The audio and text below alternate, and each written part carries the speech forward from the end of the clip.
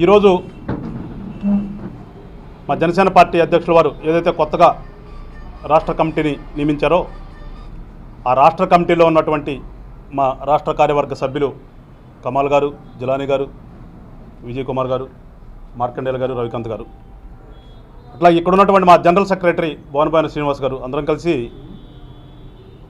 ముందుగా మా అధ్యక్షులు పవన్ కళ్యాణ్ గారికి అట్లాగే పిఎస్సి చైర్మన్ మనోహర్ గారికి కృతజ్ఞతలు తెలుపుకుంటూ ఉన్నాం. మా మీద నమ్మకంతో గుంటూరు జిల్లా నుంచి కమిటీలోకి ఇంతమందిని తీసుకున్నందుకు.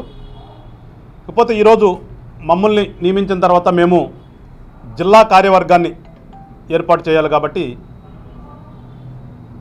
ఆ జిల్లా కార్యవర్గాన్ని మరియు మండల కార్యవర్గాన్ని తర్వాత పట్టణ కమిటీలని ఏ విధంగా వేయాలి అనే దాని మీద ఈరోజు మేము కూర్చొని చర్చించుకోవడం జరిగింది. ఒక వారం 10 రోజుల్లో ఈ కమిటీలన్నీ కూడా పూర్తి చేస్తాం. తద్వారా జనసేన పార్టీ ఈ జిల్లాలో మరియు రాష్ట్రంలో అభివృద్ధి చెందే విధంగా మా వంతు ప్రయత్నం మేము చేయాలని చెప్పేసి ఈరోజు మాట్లాడుకోవడం జరిగింది. మా కమిటీల్లో కూడా అన్ని కులాలు, మతాలు, అలాగే మా పవన్ కళ్యాణ్ గారు ఎప్పుడూ కోరుకుంటారు యువత ముఖ్యంగా ఉండాలని. యువతని అదేవిధంగా మహిళలకు కూడా సముచిత స్థానం కల్పిస్తాం కమిటీల్లో. వాళ్ళలో కూడా యాక్టివ్గా ఉన్న వాళ్ళని తీసుకుని మేము మా పార్టీ అభివృద్ధికి ఎవరైతే దోహదపడతారో, టైం కేటాయించగలుగుతారో అలాంటి వాళ్ళందరినీ రానున్న రోజుల్లో కమిటీలు వేసుకుని మా పార్టీని అభివృద్ధి తీసుకెళ్తాం. అది మా పార్టీకి సంబంధించిన విషయం.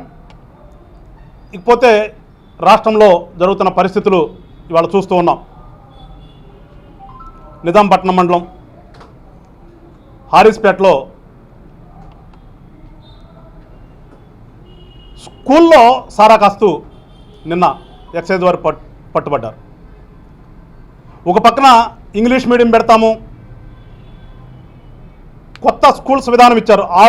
ఆరు స్కూల్స్ వస్తాయట. ఇప్పుడు వరకు మనకు తెలిసింది ఏంటంటే elementary school, upper primary school, high school. కానీ కొత్త విధానం 6 కేటగిరీల కింద స్కూల్స్ అని చెప్పేసి విభజించి నిన్న పేపర్లో చూసాం. అదే నిన్న ఆ పేపర్లో వచ్చిన కాసేపటికే ఒక స్కూల్లో సారా కాస్తూ దొరికిపోయింది. అంటే రాష్ట్ర ప్రభుత్వం ఏ దిశగా పయనిస్తుందనే దానికి అది ఒక ఉదాహరణ. మరి నాడు నేడు అని పెట్టేసి స్కూళ్ళన్నీ పునరుద్ధరించామన్నారు. మరి ఆ స్కూల్ని ఎందుకు వదిలిపెట్టేశారో గవర్నమెంట్కి తెలియాలి. అదేమంటే ఆ స్కూల్లో పిల్లలు లేక స్కూల్ క్యాన్సిల్ అయిందంటున్నారు. స్కూల్ క్యాన్సిల్ అయితే ఇంకో దానికి ఉపయోగించవచ్చు. కానీ సాక్షాత్తు స్కూళ్ళనే సారా కాపిస్తున్నారంటే వీళ్ళ యొక్క పరిపాలన ఏ విధంగా ఉందనే దానికి అదొక నిదర్శనం. అంతకుముందే పోయిన నెలలో ఆ సముద్ర తీర ప్రాంతం నిజాంపట్నం మండలంలో పేకాట క్లబ్లు పట్టుకోవడం కూడా కూర్చున్నాం. వీలైనంత తొందరలో జిల్లా కమిటీ జిల్లా అధ్యక్షులు గాదె వెంకటేశ్వరరావు గారు తెలియజేస్తారు. అలాగే ఈ రాష్ట్ర ప్రభుత్వం విషయంలోకి వస్తే వైఎస్ఆర్సీపీ పార్టీ గెలిచిన 2 సంవత్సరాల తర్వాత ఏ మూల నుంచి ఎవరు చేసినా 6 కోట్ల జనాభా ఉన్న ఈ ఆంధ్ర రాష్ట్రంలో ఏ ఒక్కరు పార్టీ పట్ల కానీ రాష్ట్ర ముఖ్యమంత్రి పట్ల కానీ అందరూ వ్యతిరేక భావంతోనే ఉన్నారు. ఎందుకంటే ముఖ్యంగా ఈ రాష్ట్ర ప్రభుత్వం అన్ని రంగాల్లో విఫలమైపోయింది.